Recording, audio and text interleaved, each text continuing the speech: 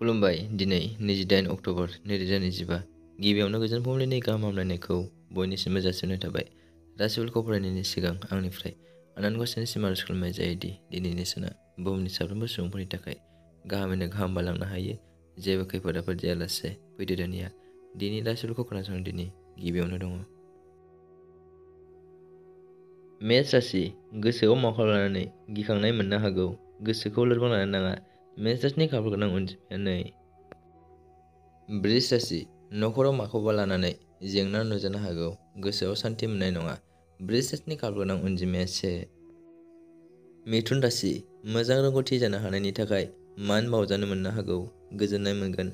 मिथुन राशिनि खाफाल गोनां अनजिमाया 6। कर्कट राशि जायखि जेखियानो जाया जौगानायखौ मोननो हागौ।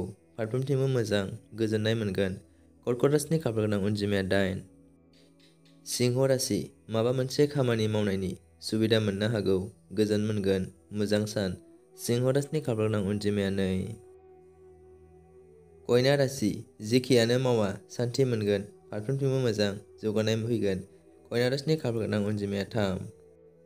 तुला राशि बबेबा गोजान जायगायाव दावबायहैनो मोननो हागौ। गोसोखौ गोजोन मोनगोन। तुला राशिनि खाफाल गोनां अनजिमाया 2। वृश्चिक राशि हरखाबै माबाफोर मुवा बेसाद मोननो हागौ। गोजोन मोनगोन। मोजां सान। वृश्चिक राशिनि खाफाल गोनां अनजिमाया 8। धनु राशि सरकारि साख्रि मावग्रायाव जौगानायखौ मोननो हागोन। गोजोन मोनगोन। धनु राशिनि खाफाल गोनां अनजिमाया 8। मकर राशि जायखौ मोनो बेखौनो रागा जोंबाय बायनो हागौ। गोसोखौ हमथाना थानाया गाहाम। मकर राशिनि खाफाल गोनां अनजिमाया 9। कुम्भ राशि बे राशिनि थाखाय शुभ सान। मोजां हाबा मावनानै लानो हागोन। साननाया जाफुंगोन। कुम्भ राशिनि खाफाल गोनां अनजिमाया 3। मीन राशि मिजिं खालामनाय आसाया जाफुंसारगोन। गोसोखौ गोजोन मोनगोन। मीन राशिनि खाफाल गोनां अनजिमाया 5। दिनै राशि बरथनाय एसेनोसै। गोजोन्थों।